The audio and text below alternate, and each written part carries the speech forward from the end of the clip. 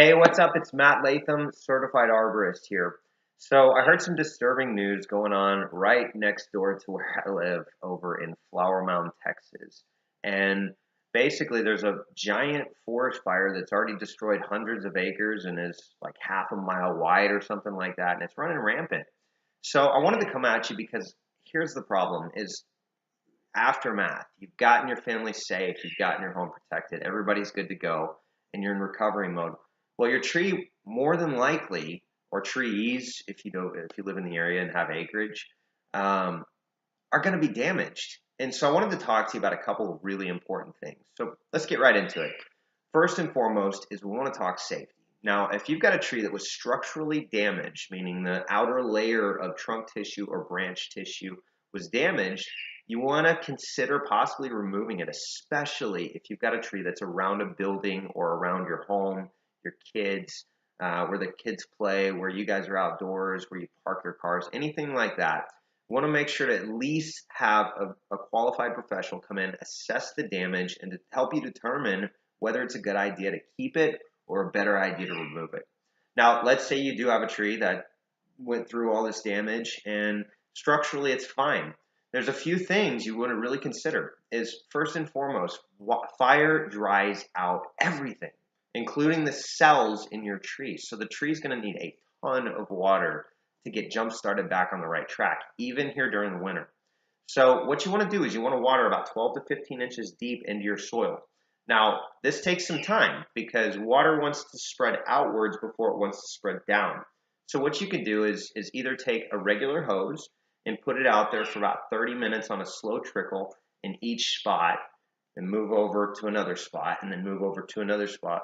Or you can very simply take a soaker hose and run it for about 24 hours underneath the canopy, directly underneath where your branch lines end, and really saturate that soil well. Of course, you want to dig down to make sure it's getting deep enough and to check and make sure your trees are going to be okay. But so we got watering down. Now, throughout the growing season, this coming season, and even during the winter, you want to continue to water. Don't stop watering because this is going to be vital.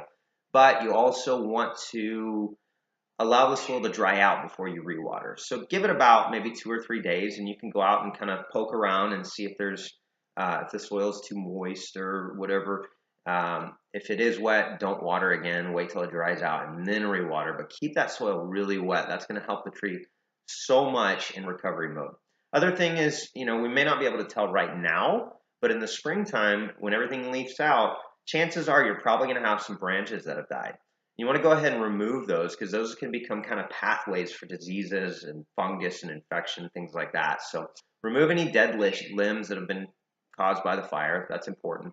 And of course, the other thing is, once you've got a limb, let's say you had a limb that died and it used to shade the trunk. Well, trees can get what we call sunscald, which is essentially sunburn for trees. And if the trunk tissue is not used to having all that new sunlight, because it had a branch to protect it before, there's a very real possibility that it can be further damaged because it's just not protected from the sun.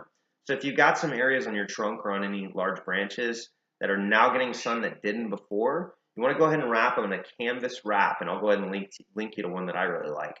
Or you can use a product called Cut Guard, which is a tree protectant sealant. What it does is it blocks the UV light, and it also prevents bacteria, fungus, insects, things like that may come in and attack later on because your tree's weakened. And of course, lastly, you want to fertilize, fertilize, fertilize. Your tree is going to need extra resources to be able to handle all the new growth and all the new healing and all the new, repairing from damage and protecting against insects, things like that. So you want to make sure you fertilize this winter and really the next 3 to 5 winters as well.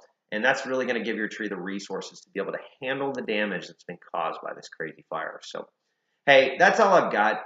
I really hope you're faring well through this situation. If you are going through this, my heart's and thought and my prayers go out to you. Like, I can't even imagine what it must be like going through that. But if you do and you manage to make it through, and now you're looking at how do I protect my home and keep everything alive and healthy, you need help with your trees, feel free to reach out.